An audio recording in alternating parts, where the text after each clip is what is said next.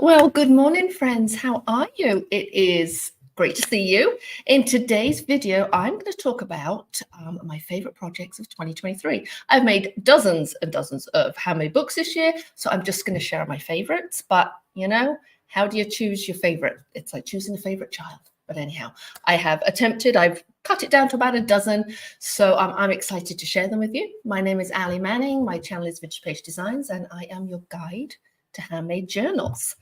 Right, let us dive in. I am flying solo today, so if you have questions and you are joining us live, please try to save them to the end and I will get to them. So good morning, Maria. Good morning, D. Ray. Good morning, Jan. Good morning, CH. Joanna and Suzanne, it is great to see you. Please let me know in the chat if you are here live or even if you're watching recording what your favorite project of 2023 was. Let's jump in. Let's not wait. Let me switch my camera down to my desk and I will show you what my favorite projects are. What I'm going to do is I will tell you what each binding is. I'll tell you what materials I used, kind of, you know, all the different threads and fabrics and covers. I tell you what I did use them or I plan to use them for. And then if there's a tutorial, I have linked to it in the description below. So underneath this video are a bunch of resources for you. And if I have missed any, I will add them after the fact. Okay, let's go down to my desk. Good morning, Rhonda. Good morning, Shelby. All right, here we go. Favorite project. I'm actually going to start with my most recent one and work backwards. So this is one I actually made this week or last week. This is, I'm trying to focus on 2024 on sort of using more recycled materials in my projects. So this is sort of a nod to that. It is a lark's head. Oh, let me just bring my camera up a little bit so that you can see the spine. Here we go. It's a lark head binding. Oops, there we go. Hopefully you can see that. This is one that we did in the Handmade Book Club last year, I believe, 2022. The cover is a cardboard box. I've done an image transfer on the front. Let's open this up. You can see it is an Amazon box. And then there are single sheets inside of mixed media paper, the washi tape there. And it opens flat. So I did this project for Tiara Smith's One Badass Art Journal, which is happening in February, but obviously I had to film it early. So if you're a book club member, this is the Lark's Head binding. So that is one of my favorite projects, and I just really like it because, like I said, I use recycled materials. This is an old vintage letter. This here is an image transfer from a magazine, Amazon box. The threads are pearl cotton, and then inside we have washi tape, which has been in my stash since the Ice Age. And it was mixed media paper I already had. So it was just fun to create a book without having to go buy new things. So the link to Tiara's class, which is now open for registration, is in the description below if you're kind of watching this at the end of 2023, beginning of 2024. But that, I would say, is one of my favorite bindings of the year because it uses recycled materials. So we're starting backwards. Let's go to another recent binding I have done. And I know that this is a favorite of many folks in the Handmade Book Club. I decided to call this Pamphlet Palooza. I just made that up. And what I did was I took 12 pamphlet stitched books. So you can see there's 12 pamphlet stitch journals, and I have included a link in the resources below on how to create a pamphlet stitch notebook. So there are 12 of them, and then I just stacked them up and glued them together. And then I wove through the binding on the spine. So it was super easy, but super, super fun. And it really gave me a chance to go through my stash of ribbons and fabric, which I'm a little much, but I really like to have it color coordinated in jars. So, and in kind of plastic tubs, I have my fabrics color coordinated. And so I was able to really quickly grab some everything in shades of blue. Nice thing too is that here are some handmade buttons on the spine. This one was made by my friend and book club member Mindy, and this was made by Kimberly. And I actually will make a note to include a link to Kim's shop on Etsy for these. Let me write that down. Kim's Etsy shop. She makes the very cute Dorset buttons right here. And then these are some beads from Michael's I had lying around. And on the spine, you can see, hopefully, there's thin and thick ribbon, gross grain ribbon, satin ribbon, steam binding, and fabric woven through the stack of pamphlet stitch books. It is secured with this really nice silk ribbon. It's very thin. It's one of these ribbons that I've had for a long time and was afraid to use because it was too darn nice, but I decided to use it anyway. And then here are the 12 booklets. This is a cyanotype on the front that I did in a class this year. And the inside pages are Mohawk superfine paper. This is available directly from Mohawk Connects, which is the manufacturer of this paper, but it can also be bought from Dick Blick. I believe this was the 80-pound text paper. And then keep moving forward. Oops. The other, you can see where the pamphlet stitch books are glued together. This was a handmade paper on the cover, another handmade paper. I think most of them, yes, most of these were handmade paper covers.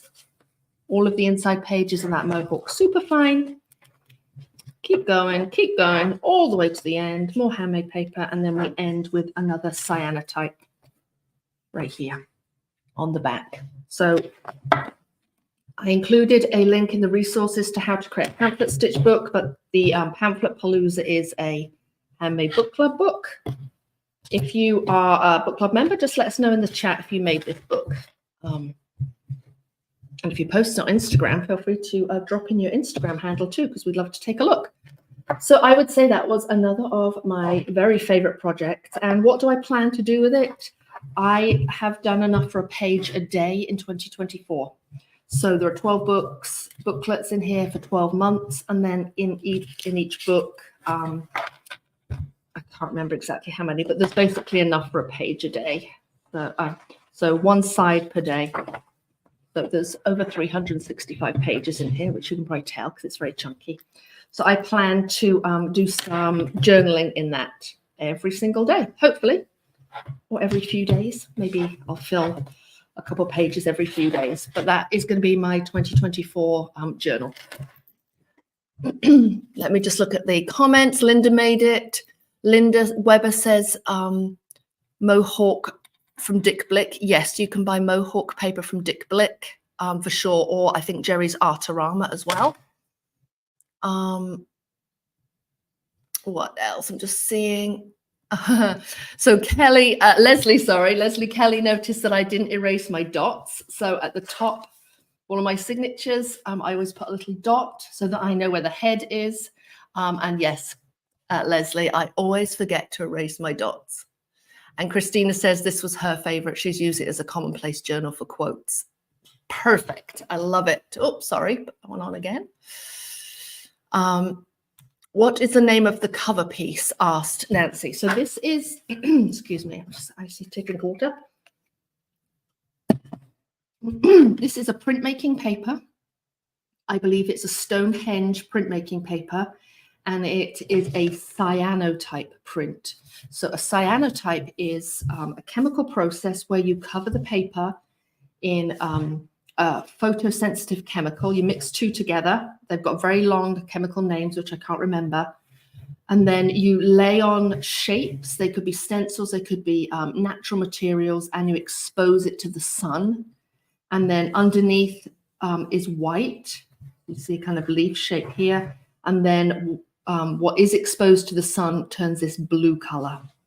So if you can see here, there's some writing. I took a, let's think, a transparency, and I wrote on it in Sharpie. And then I laid the transparency over my piece of paper along with some leaves and other things, some grasses and leaves. Just take this off. When it was exposed to the sun, the area that was covered up, so the Sharpie writing sremained white, and so did the leaf and the grasses, and then the rest of it went blue. And these sort of splotchy effects are because I used a technique called wet cyanotype, and that involves spraying with different chemicals like Windex and sprinkling with salt and sort of generally deviating away a little bit from the regular cyanotype process. Here on the back is another cyanotype, and again, I think I sprinkled pine needles on here. And so the pine needles remained white, the underneath remained blue, but it's this kind of washed out look because I sprayed on bleach to kind of reduce the blueness. So I hope that helps. Thank you, Christina. She likes that Sharpie. And Katie made the pamphlet Palooza and should be using it for an Art a Day project in 2024. Excellent. Love it. Yes, it's a great sort of project for the 100-day project, or like you say, something for every day of the year. Right, let me see another favorite project. I know you have seen this a bajillion times, but it really was one of my favorite projects. This was the gratitude journal we did during the challenge. And the reason I love it is that I was able to include some of my own, I filled it as I went along during the challenge, which is kind of unusual for me. So, and many of these videos are on the on this YouTube channel. In fact, I need to link those below. Gratitude journal. Let's pop it on a little post-it note. Pages. We'll link that in the description below. If you're watching the recording, they'll already be there. And I just really enjoyed making this because in addition to making the book, I was able to fill it as I went along with just kind of artwork that I enjoyed. And I sort of took you along for that journey. So this binding is a Coptic binding with a single needle. See right here, we've got link stitches right here and then kettle stitches on the end, and that's what's called a Coptic binding. It's a hard cover. Both covers are covered with wrapping paper, like a high quality wrapping paper, and so is the end paper. And then it has these envelopes wrapped around each signature, which are also made from that wrapping paper. It's by Cavallini. And then I also put some magazine pages just scattered throughout because they had images on that I liked, like this little teacup. It's closed with a, looks like some kind of gross grain ribbon. So this kind of book is going to get bulky because you're going to fill those pockets with things. So that's why I did a ribbon closure so that it kind of expand a little bit. This is a 5-day challenge that we run twice a year. The next one will be in March, but this one is still available to purchase. And I've included a link in the description below if you would like to make this. If you're a book club member, you would have received this for free, but I think it's $15 right now. So if you'd like to try this, by all means, you can do that, and it's linked below. So I will say that was one of my favorites this year. The other challenge we did was the Little Library Challenge. I love those books. They're just not in my favorites. And our next challenge will be in March. So stay tuned for that, my friends. Let's go. I'm just going chronological now, I think. Well, let's do these ones first. I'm going to go out of order a little bit.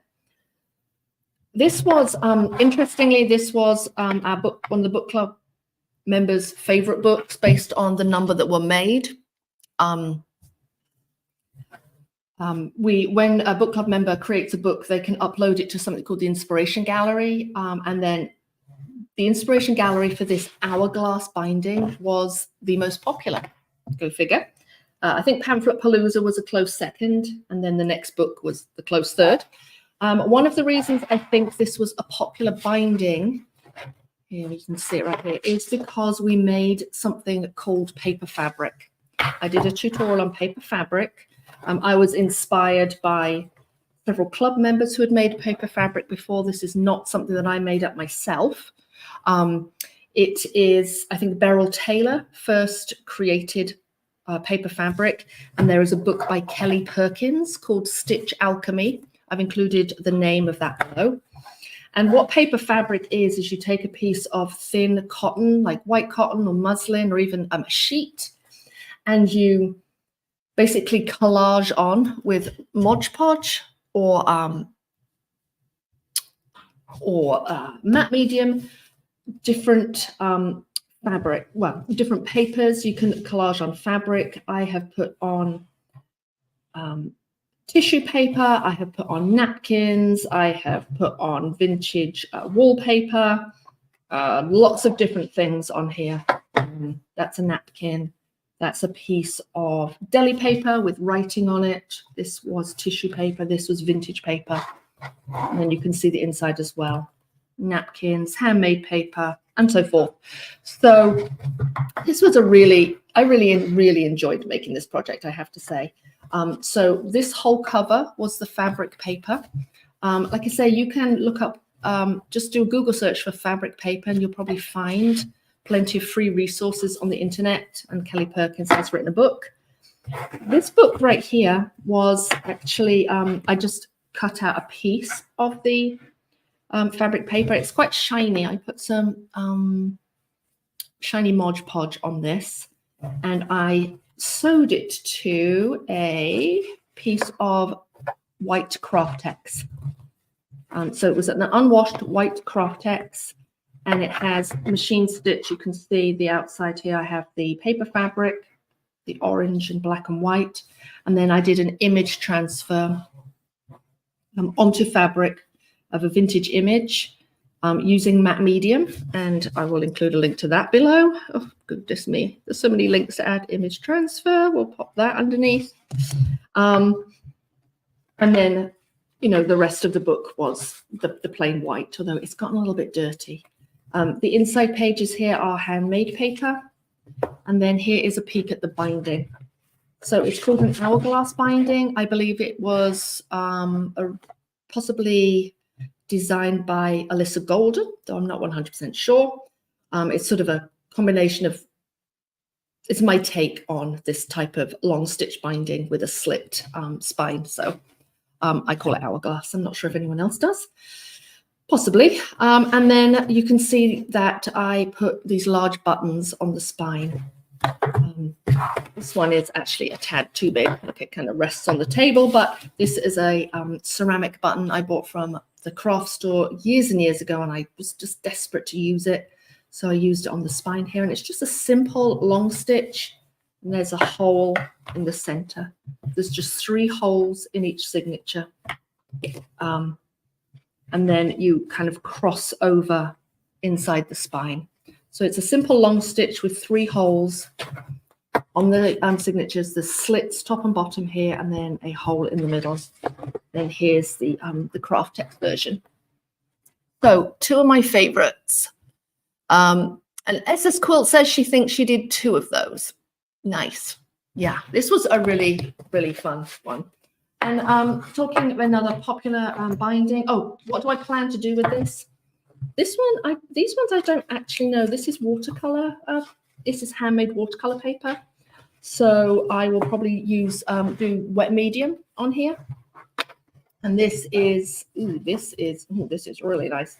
This is a Stonehenge print. No, it's a Reeves BFK paper in this kind of creamy color, and it's fairly thick. I'd say like at least 175 GSM, or at least 90 pounds.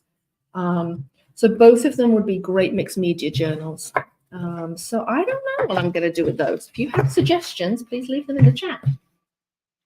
And while these were book club projects, I am sure you may be able to find them elsewhere. But if you are not a book club member and would like to join because you have access to all these archives, just remember that you can pop your name on the wait list for when it opens next.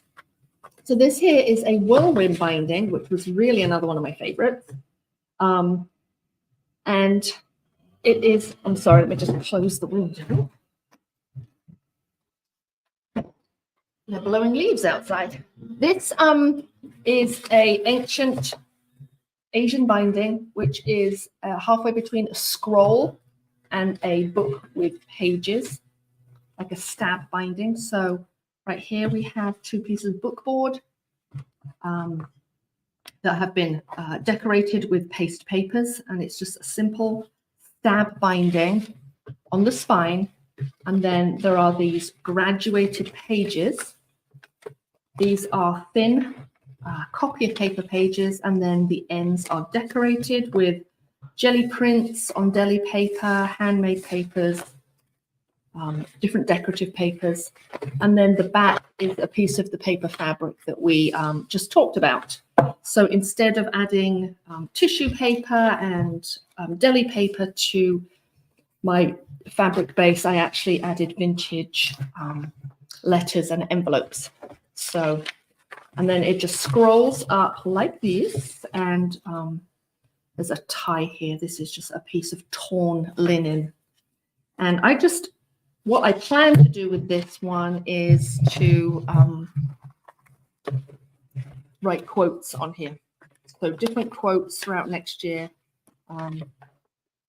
This just feels like perfect real estate for quotes. And I could even glue on quotes. I could perhaps do them on some like decorative papers, or unmount them on here, which is probably what I'll do to give myself a little bit of a border. So that will be a project for 2024. And I have two of them, because I often make two of everything. I have two of everything pretty much. So this one is the same binding, the same torn linen closure. The back page is a piece of decorative paper. I think you can get this in quite a few art supply stores, including Paper Source. It's a fairly common one. Oops.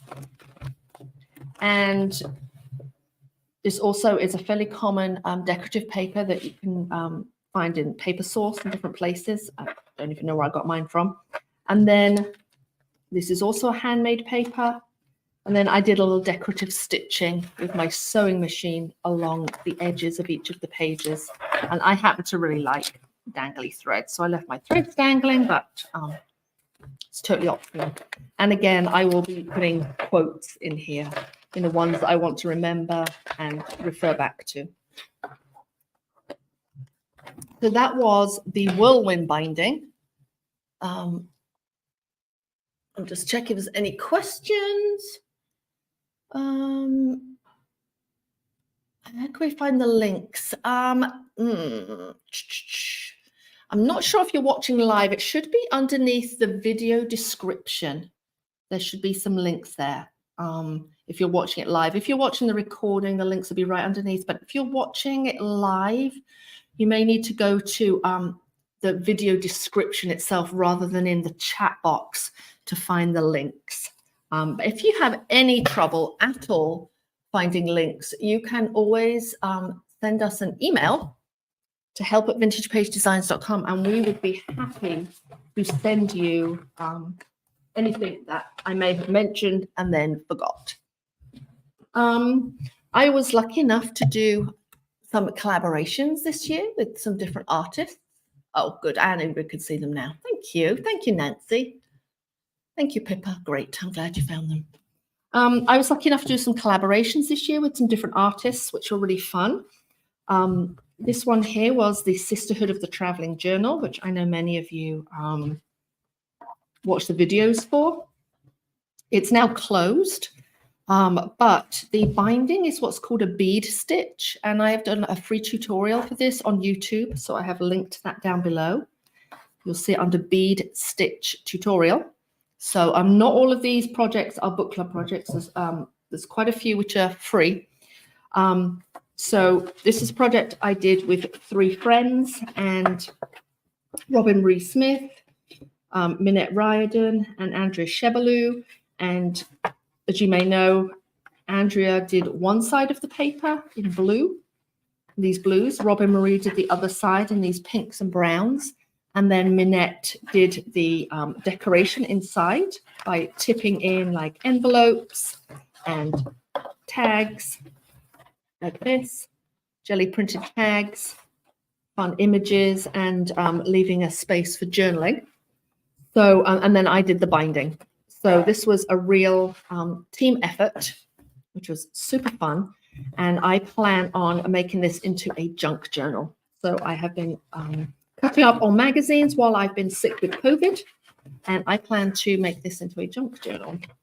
Here's a couple of things which are hidden inside one of the envelopes, and I'm going to continue adding tags and envelopes and all sorts of fun things that I find. And so I will show you when I'm done. And then another collaboration, I worked with Kate Ward to, Kate Ward is a Sashiko stitcher and teacher. She has, I should put a link to Kate. Good Lord, there's going to be so many links to add afterwards. Kate Ward link, write down my little post-it note.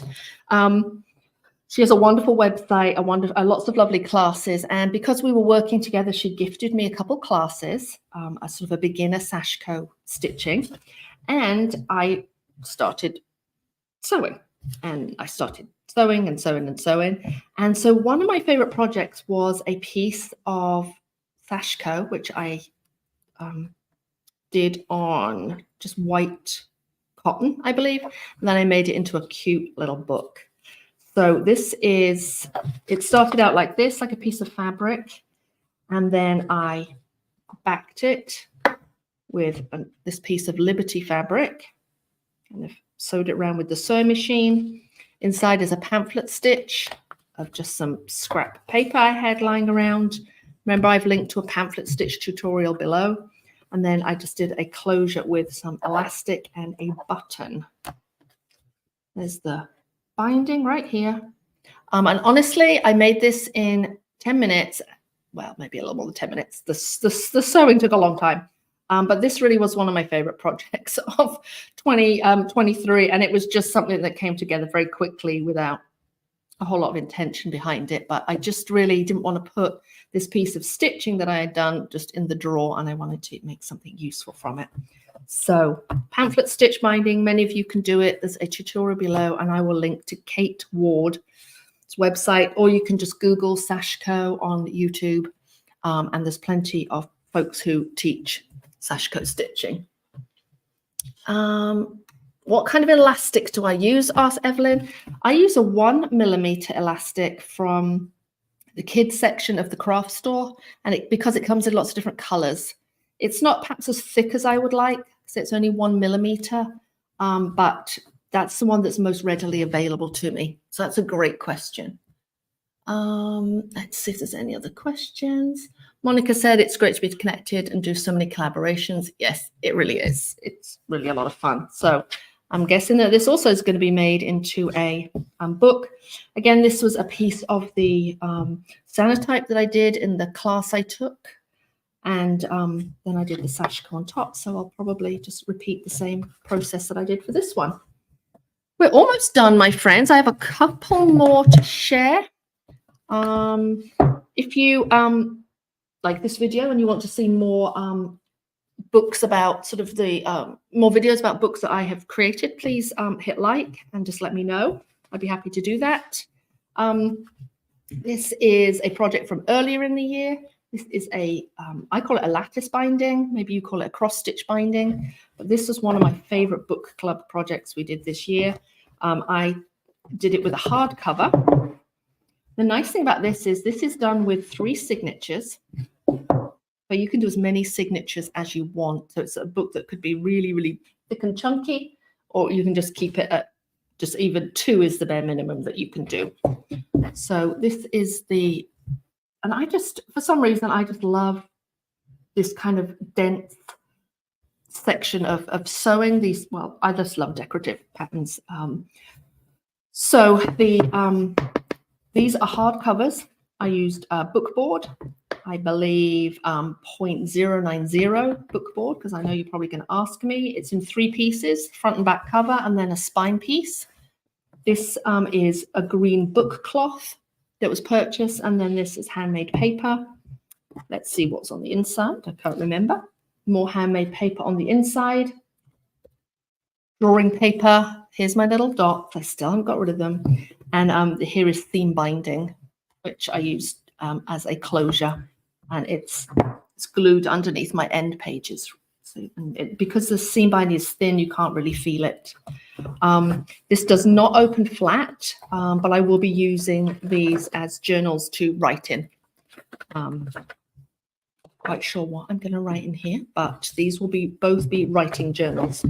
And this is exactly the same. It's the green book cloth, hardcover, drawing paper inside, and handmade paper on the cover and on the end sheets.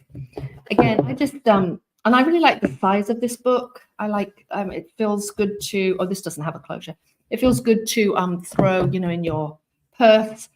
If I do plan to use this on a trip or something, I will cover this handmade paper with matte medium to protect it, because it may well get damaged. It's happy sitting on the shelf, but if it was going to be sort of heavily used, then I would be protecting that. Gail said she made the basket weave binding. And Suzanne says this works great with a soft cover, this binding. And thank you for reading my mind, Suzanne, because here is a version of the same book in a soft cover version. And this is with a piece of craft text. It's white craft text, just like I used with the hourglass binding. To be honest, I don't buy a ton of materials. I just have basics and I use them over and over again. Like a lot of my books just have this green book cloth because I bought a bunch of it several years ago. Again, I bought a roll of white craft text and I just keep using it and using it.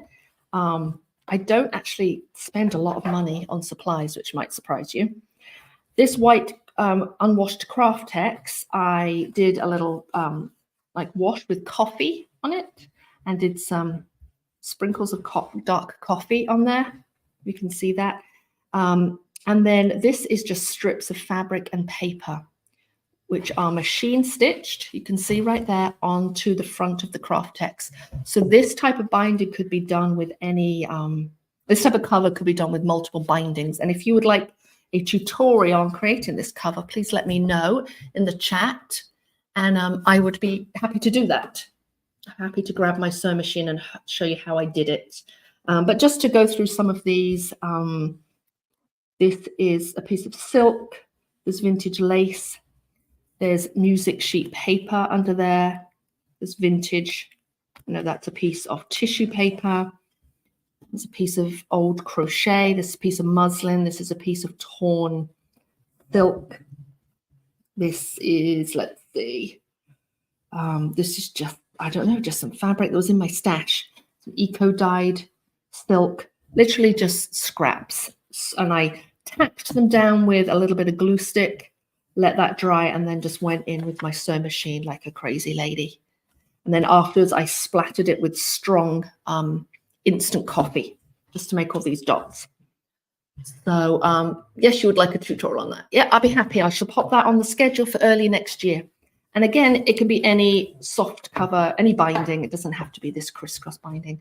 But yeah, I thought that was really pretty fun and a great way to use up scraps, because goodness knows we have scraps. All right, my friends, the last one that I would love to share with you today is, what do I plan to do with this? Not sure what I plan to do this either. I think, like this one, I will probably use it for writing. I do journal a lot. I write a lot. I make a lot of lists, constantly making lists, even though, you can see I'm putting them on little Post-it notes right here.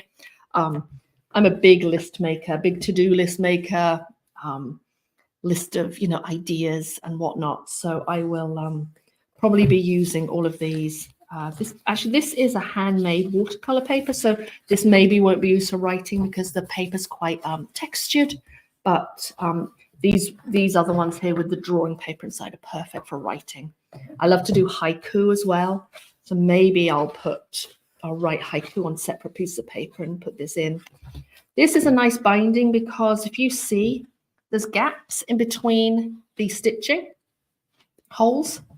which means it can expand a little bit. There's a little bit of room to grow. If you see gaps here on the spine, there's room to grow. So that means that I could stick in other pieces of paper on top of here, and hopefully it wouldn't get too bulky. So that is an option.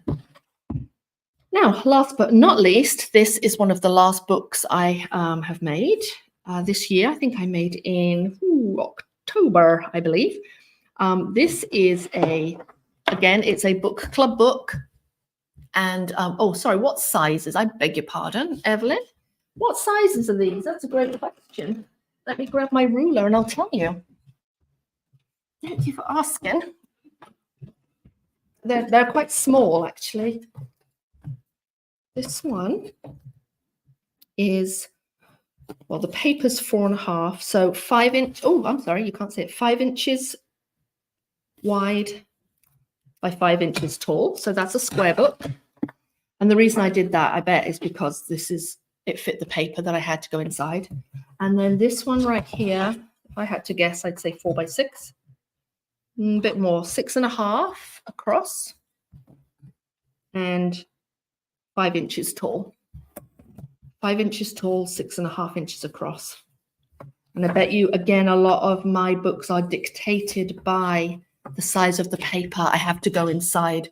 Because what I hate to do is have all those little strips of paper lying around. I would just rather use up the whole piece of, like, say, you know, tear a sheet of paper into 4 and use up the whole piece than have little tiny strips hanging around. And then the less cutting and measuring I have to do, the better. All right. And then last but not least, this is one of my favorites that I made in October. I've made this a number of times before. This was the October book club project. It's a traveler's journal, and I just find it so versatile. I made a small one this time, but I've made large ones using vintage books, or you can use craft text. You can use leather. I mean, you've seen traveler's journals for, you know, that you can purchase yourself. There's the brand name traveler's journals, but then there's also knockoffs as well. And I think they're amazing. They're often tall and skinny. But for this one, I'll tell you how big it is. It's quite small. It's 4 inches across by 6 inches tall. And I made it into a travel journal. So you can see here, there are 2 holes at the top, 2 holes at the bottom with eyelets. Here's the 1mm elastic again that I was talking about from before from the kids' craft store. With hindsight, I would have found a thicker elastic because, do you see how chunky this is? And I'm not done.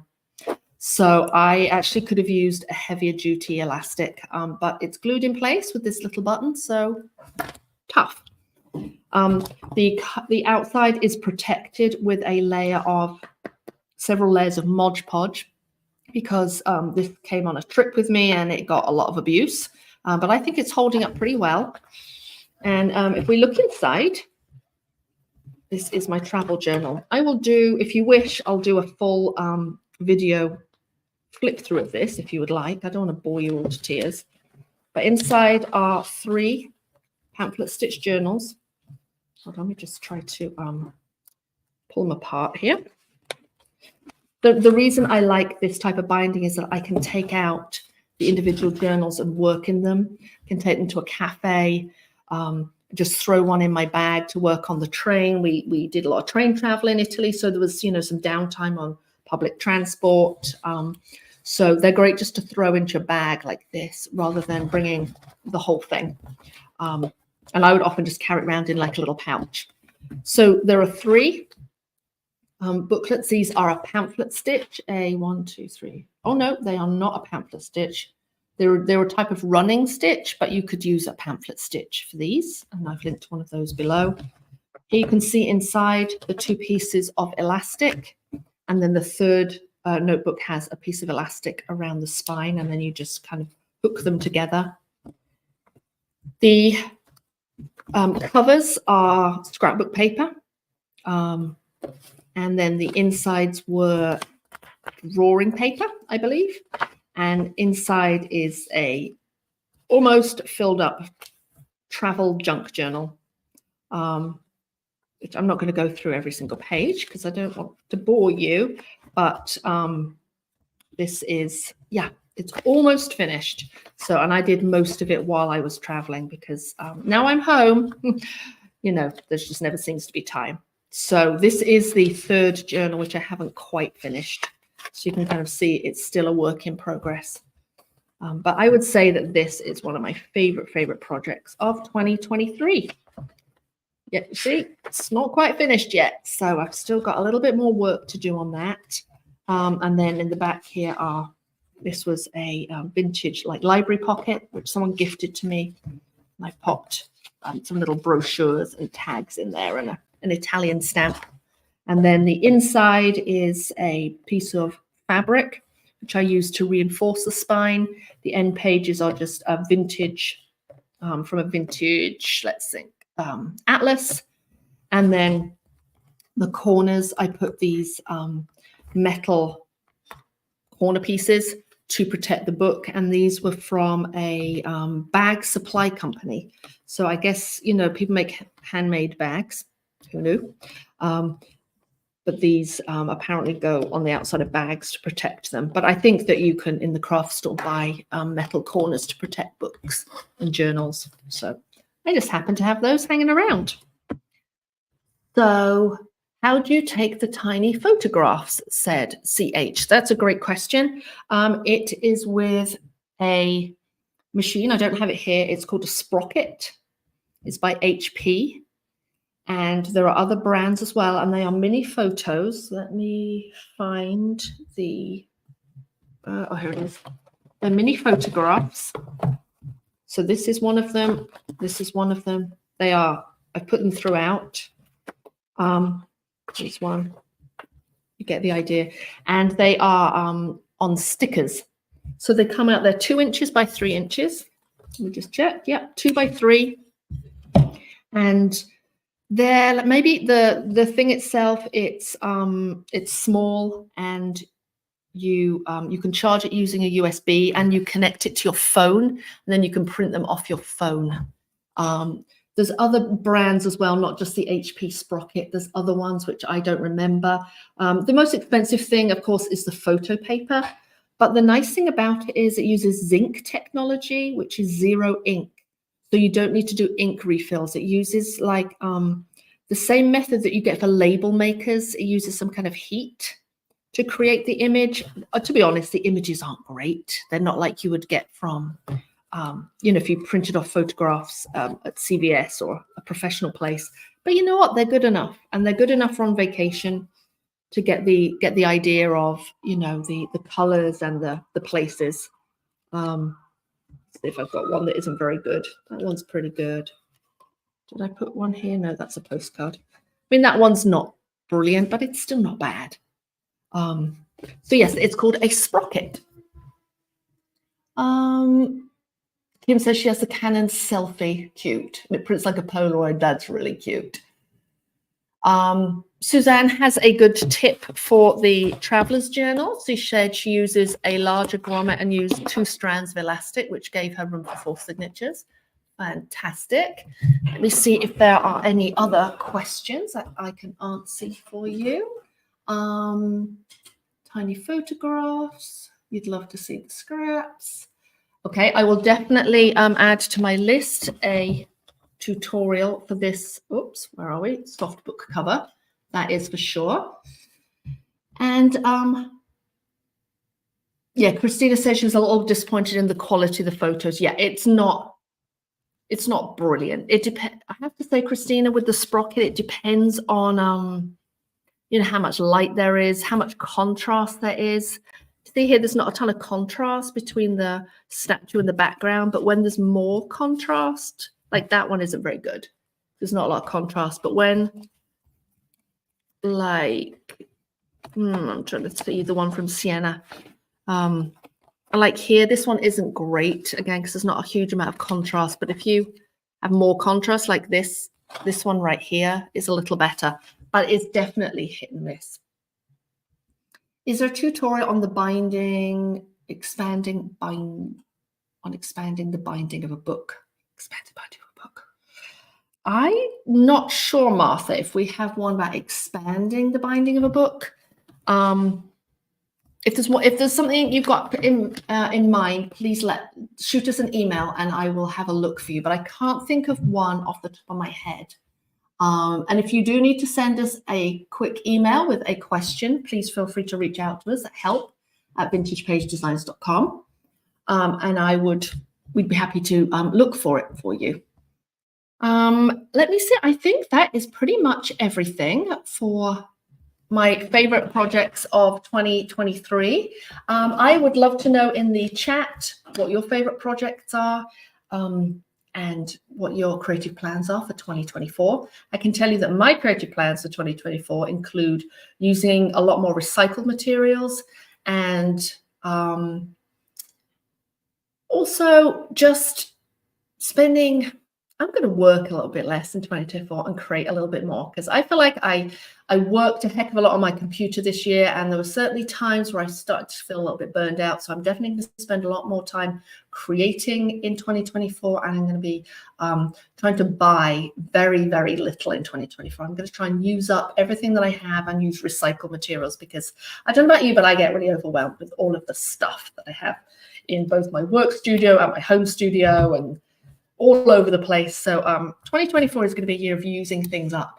So yeah, Joni says she's glad I'm using recycled materials.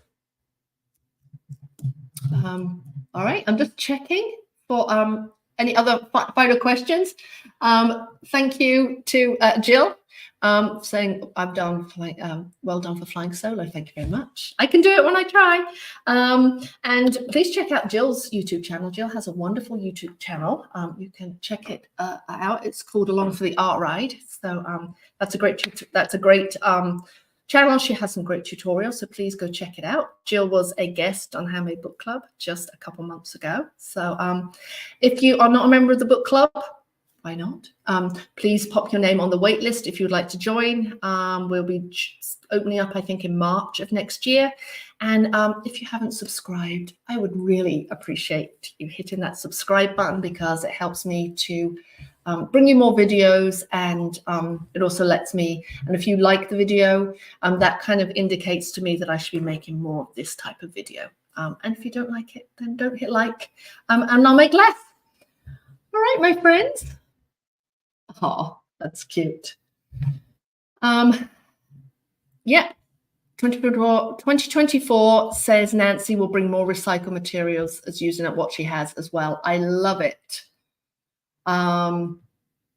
Jill says using up more recycled materials is good. Yeah, right. That's it. Oops. Quick question from Christina. Been in the Handmade Book Club for a few months. I love it. Can you explain a bit about the purpose of a junk journal? That's a great question. I have a number of videos planned for next year about junk journals. Now, I don't actually love the name junk journal, Christina, because I don't think this stuff is junk, but that's just what people refer to it as. You see, if you looked at my travel journal right here, some people would say that this was a junk journal because I basically put in lots of things that I found. There's a lot of found papers from my trip. So junk journals are often filled with found papers, recycled materials, just things that catch our eye, vintage things, everyday papers that you find that you maybe alter or even just use as they are. So I think of a junk journal as like a repository for just things that I love, and then a space to add journaling. That's how I use something called a junk journal, but I don't love that name. I think of it more as a like a mixed media journal, because I'm adding all sorts of different pages in there. Like often the pages in a junk journal are not just plain white.